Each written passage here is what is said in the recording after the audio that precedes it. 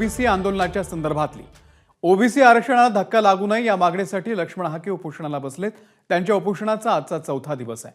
दरम्यान जो ओबीसी आरक्षणाला विरोध करेल आणि सगळे सोयऱ्याचा जीआर काढेल त्याचे उमेदवार पाडणार असल्याचा थेट इशारा ओबीसीचे नेते प्रकाश शेंडगे यांनी दिलाय। वडीगोद्री येथे लक्ष्मण हाकेंचं आमरण उपोषण सुरू आहे। या ठिकाणी प्रकाश शेंडगे यांनी सरकार राज्यभर ओबीसी उपोषणाचा वणवा पेटणार असून कायदा सुव्यवस्थेचा प्रश्न निर्माण झाला तर सर्व जबाबदारी ही सरकारची असेल असा इशारा देखील त्यांनी दिला।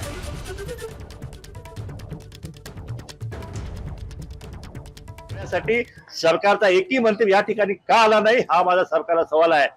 जर तुम्हाला मराठा समाजाला घेऊनच तुम्हाला मध्ये हे करायचं असेल तर उद्याला या येणाऱ्या विधानसभेमध्ये जरांगे म्हणतायत ना, जर जो कोणी त्यांच्या सगळ्या सभेच्या ज्याला विरोध करेल त्याला पाडणार म्हणजे पाडणार।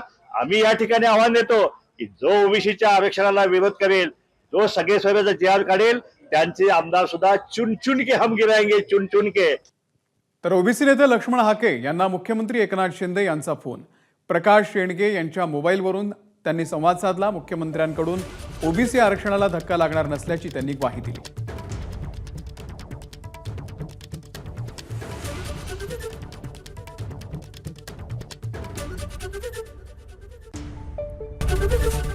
एबीपी माझा, उघडा डोळे बघा नीट।